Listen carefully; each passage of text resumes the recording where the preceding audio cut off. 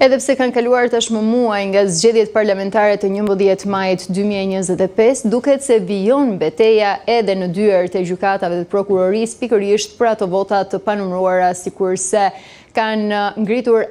edhe pretendimet e tyre kandidat të ndryshëm. Në këtë rast është Aulon Kalaja, që më në fund ka arritur të çojë në SPAK rastin e tij. Igli Çelmeta në lidhje të drejtë për drejtë na jep më shumë detaje. Igli, përshëndet, çfarë ka ndodhur me këtë regjistrim të kallëzimit të Aulon Kalas?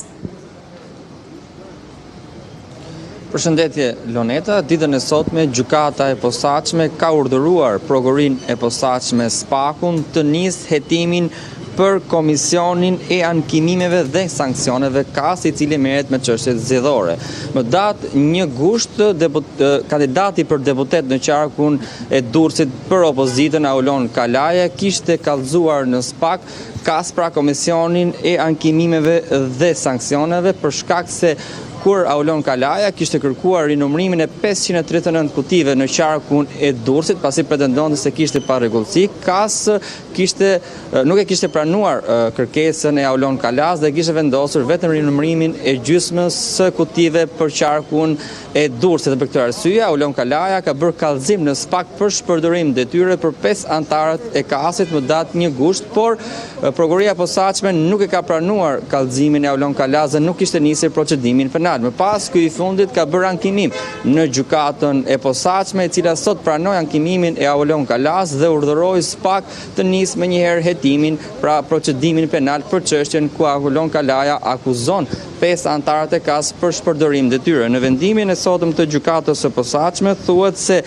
gjykata e posaçme urdhëron prokurorin e posaçme kundër korrupsionit dhe krimit të organizuar të regjistrojë procedimin penal të kallëzuesit Aulon Kalaja më datë 1 gusht dhe të vijojë hetimet për faktet penale të kallëzuara pra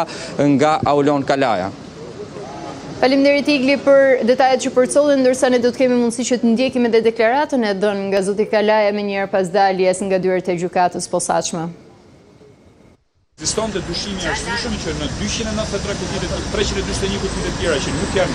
rinumëruar, ka pasur vota të falsifikuara që penalizonin kandidatët, jo vetëm nuk, po edhe kandidatë tjerë. Dhe së treti, gjykata quan që është detyrë e KAS-it që të referonte këtë material në prokurori për krim zgjedhor. Pra kemi të bëjmë me krim zgjedhor,